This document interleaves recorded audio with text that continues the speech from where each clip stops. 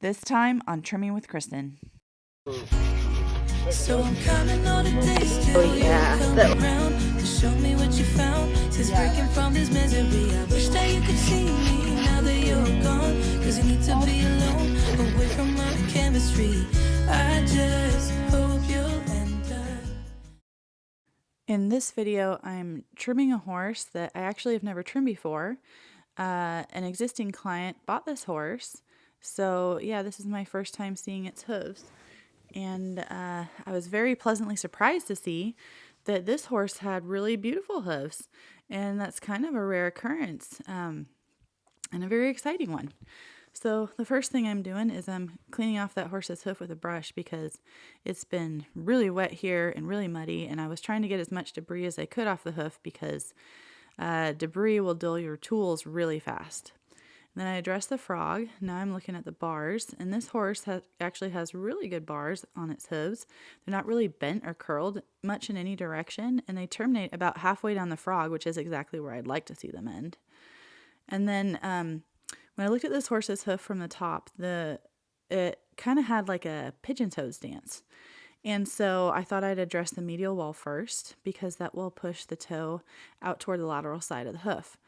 So I removed the bulk of the material there with my nippers, and then because there wasn't as much material to remove on the lateral side, I thought I would switch tools and use my rasp for that area. And then the rest of this little clip will most likely be beveling, trying to get that wall smooth without removing too much height. So I'm really creating my bevel right there at the toe, and then I found a little flap back there by the heel bulbs, which I always like to remove with my hoof knife if I find them there.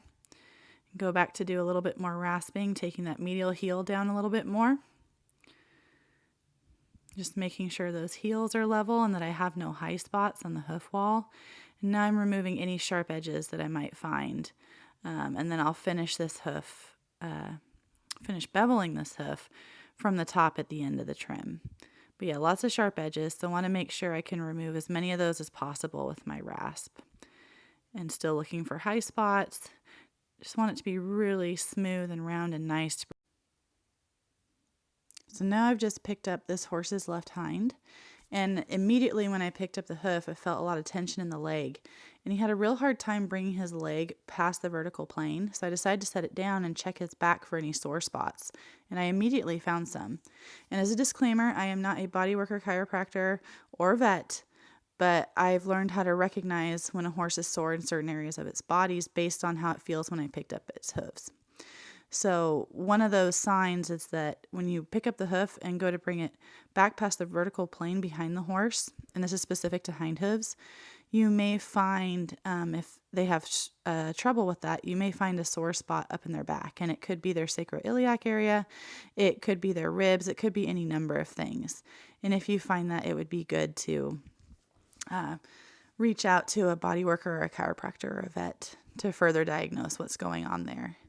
So I've just trimmed the frog of this hind foot, and it's looking pretty good. A little bit of necrotic tissue, so I removed a few slivers here and there, trying to brush off any dirt so I can see this hoof a little bit better before I move forward with any of my tools.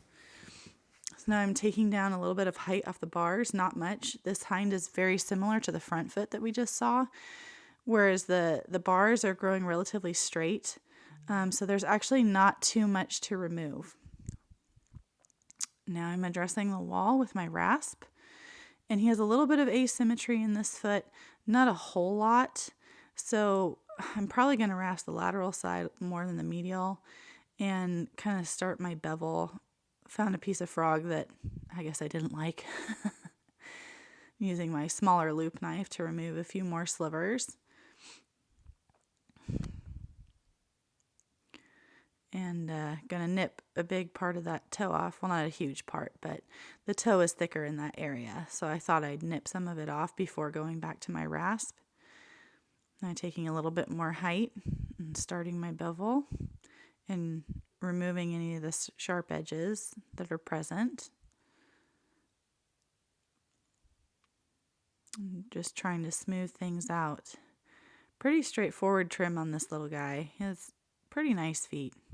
Very pleased. Yep, just finding more sharp edges, removing them.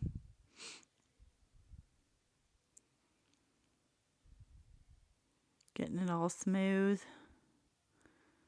Making sure those heels are level.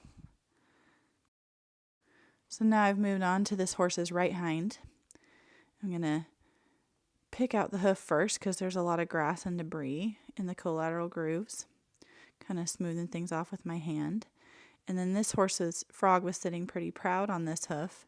So I decided to use my knife first and remove any flaps I thought might be harboring necrotic tissue without taking too much material. I want to leave as much frog as possible.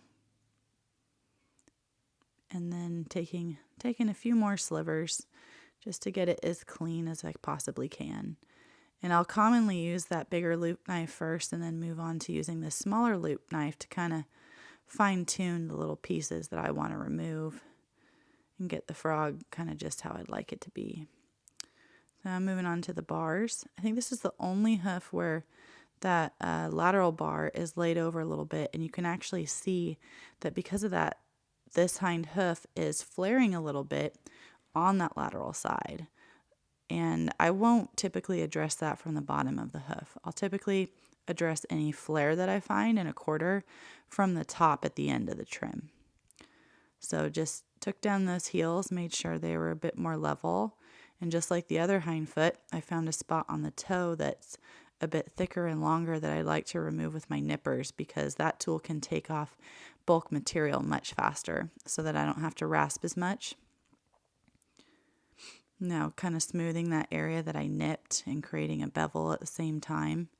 Smoothing everything, getting rid of any sharp edges, making sure I don't have any high spots still. And this horse is being really lovely. He didn't really seem to have as much trouble bringing this hind back behind that vertical plane as he did with the left hind.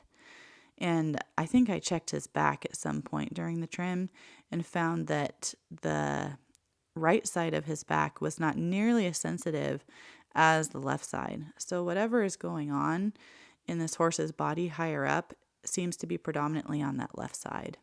Now I've moved on to this horse's right front hoof. First thing I'm doing is picking it out with the pick on the back side of my knife. We've actually had a tremendous amount of moisture recently. We've had all forms of moisture: snow, rain, sleet, ice. So the ground is pretty saturated and super wet, so the hooves are super wet as well. And full of gunk and debris. So definitely always good to pick out your hooves really well initially. So on this front hoof, I took down that medial side first because same thing when I looked at his stance from above, this hoof was wanting to be a little bit pigeon-toed as well. So I took down that medial side first to kind of balance that hoof. And after I nipped, I found that this horse has a big crack right in the center of its toe. And I don't know too much about this horse's history, and neither does the new owner. And he suspects that the horse maybe didn't receive hoof care consistently. We don't know that to be true. It's just a guess. But oftentimes horses will develop a crack in the toe if they've been left too long or not trimmed frequently enough. And we don't know how long he's had that crack. So we don't know if there's any permanent damage in the lamina that could affect it healing in the future. So we're just going to see how it goes and not try to be too invasive with trying to heal it, and trying kind of like the most basic, simple methods first.